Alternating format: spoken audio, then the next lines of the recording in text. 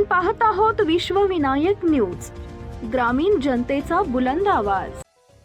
Doctor Babasaheb Ambedkar यांचे एकमेव पुत्र सूर्यपुत्र भैयासाहेब आंबेडकर यांच्या 113व्या जयंतीनिमित्त शहरातील नगरपरिषद उमरगा पुतळ्यासमोर सूर्यपुत्र भैयासाहेब आंबेडकर बचत गट उमरगा यांच्या वतीनं जयंती साजरी करून अभिवादन करण्यात आले।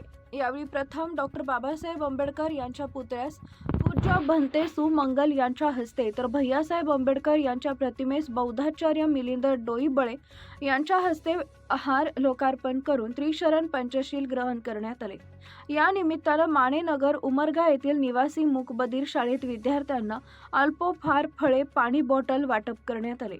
यावेळी अविनाश भालेराव, जीवन सूर्यवंशी, किरण कांबळे, सामाजिक कार्यकर्ते श्रीधर सरपे, मिलिंद कांबळे, धीरज कांबळे, शाक्यदीप कांबळे, भगवान गायकवाड आदी उपस्थित होते।